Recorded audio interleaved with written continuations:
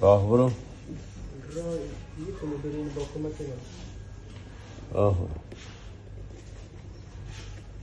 از کی اینجوری؟ 3 هفته میشه. آه؟ 3 هفته میشه. 3 هفته؟ الان تنهایی میتونی راه بری؟ نه. کمرم کشم.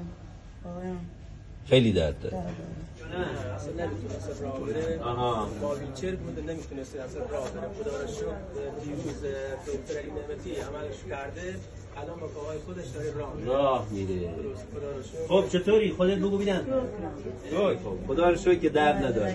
سلامت باشی انشالله. دیگه حالا باید مرتب راه بری که راه رفتنت راحت بشه. این ویلچرت هم دیگه میذاری کنار. خب دیگه رو ویلچر نری یا باید هر 2 ساعتی ربع ساعت راه بری.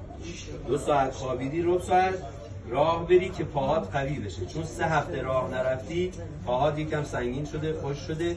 اون چیست رو نخواهت برداشتیم دیگه، نخواهت آزاده دیگه، الان مشکلی نداری.